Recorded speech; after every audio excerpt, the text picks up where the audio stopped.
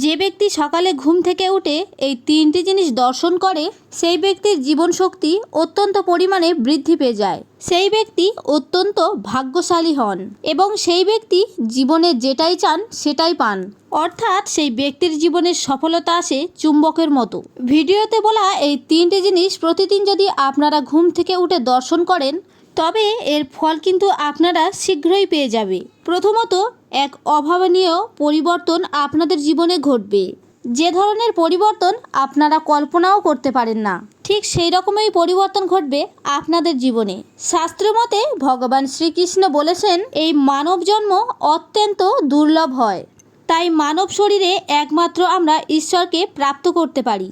তবে শাস্ত্রে কিছু নিয়ম রয়েছে, যদি আমরা সেগুলি মেনে চলতে পারি তাহলে জীবনে সকল দুঃখ কষ্ট থেকে আমরা যেমন রেহাই পেতে পারি, তেমনি সুখ ও শান্তির ছোঁয়া লাগবে আমাদের পরিবারে। তাহলে চলুন বন্ধুরা, এক এক করে জেনে নেওয়া যাক। প্রথমত, আমাদের প্রত্যেকেরই উচিত প্রতিদিন সকালে ঘুম থেকে উঠে প্রথম হাতের তালু অথবা কর দর্শন করা। আমাদের হাতের তালু অথবা করের উপরিভাগে মা লক্ষ্মী বাস করেন, মধ্যভাগে মা সরস্বতী বিরাজ করেন এবং হাতের তালুর নিম্নভাগে স্বয়ং গোবিন্দ বিরাজ করে।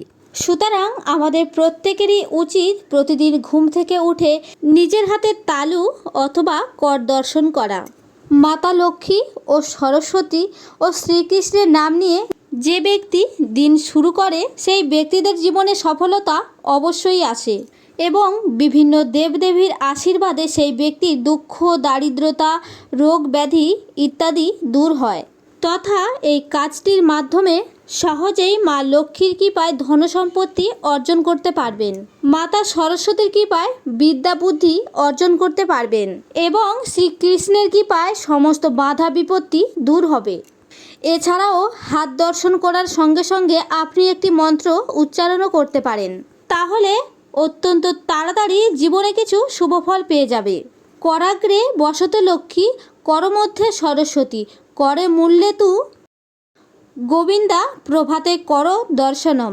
অর্থাৎ আমার হাতের অগ্রভাগে মা লক্ষ্মী, মধ্যভাগে মা সরস্বতী এবং মূল ভাগে ভগবান শ্রীকৃষ্ণ বাস করেন এবং এনাদের দর্শন করে থাকি। শাস্ত্রমতে এমনটাই মনে করা হয়, প্রত্যেক মানুষের সপ্তাহে একদিন অন্তত ব্রহ্ম মুহূর্তে ঘুম থেকে উঠে পাখিদের খেতে দেওয়া উচিত। যদি আপনার ঘুম ভোর 3টে থেকে 5টার মধ্যে ভেঙে যায় তাহলে বুঝবেন ভগবান স্বয়ং আমাদের এই সংকেত দিচ্ছেন যে আমাদের প্রত্যহ ব্রহ্ম মুহূর্তে ঘুম থেকে উঠে যাওয়া উচিত এবং উঠোনে আসা পাখিদের খেতে দেওয়া প্রয়োজন। সুতরাং আমাদের এই ব্রহ্ম মুহূর্তে ঘুম থেকে ওঠা অবশ্যই অভ্যাস করা উচিত। এর ফলে আমাদের মন ও মেজাজ খুবই ভালো থাকে এবং জীবনের সফলতা বহন করে নিয়ে আসে। এই ব্রহ্ম মুহূর্তে কিন্তু এই ব্রহ্মাণ্ডের সৃষ্টি হয়েছিল। সুতরাং এই ব্রহ্ম মুহূর্তের সময়টিতে আমাদের পৃথিবীতে বহু ধরনের দৈবিক শক্তির আগমন ঘটে। এছাড়াও ভোর 3টে থেকে 5টার মধ্যে এই সময়টিতে বায়ুমণ্ডলে কস্মিক এনার্জি অত্যন্ত পরিমাণে বৃদ্ধি পায়।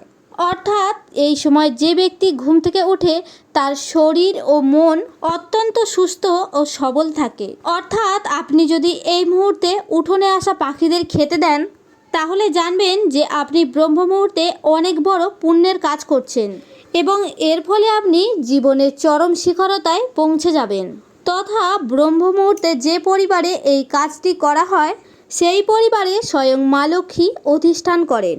তৃতীয়, যারা সকালে ঘুম থেকে উঠে ঈশ্বরের নাম, পূজা অর্চনা ও আরাধনা করে তাদের অতি অবশ্যই ঘুম থেকে উঠে মুখ ধুয়ে স্নান করে শুদ্ধ বস্ত্র পরে জল দিয়ে ভালো করে নিজের শরীরকে পবিত্র করে তারপরেই ঈশ্বরের সামনে বসে শঙ্খ, ঘণ্টা, কাঁসি ইত্যাদি দর্শন করা উচিত। তারপরে ঈশ্বরের কাছে বসে আপনারা ঈশ্বরের নাম কীর্তন করুন, কারণ যেদিন ঈশ্বরের নাম কীর্তন দিয়ে আপনার সকাল শুরু হয় সেই দিনটাই কিন্তু সত্যিই আলাদা হয়, আনন্দভাবে কাটে এবং এরপর নিজের পিতামাতা ও সূর্যদেব ও নিজের গুরুর উদ্দেশ্যে প্রণাম নিবেদন করুন।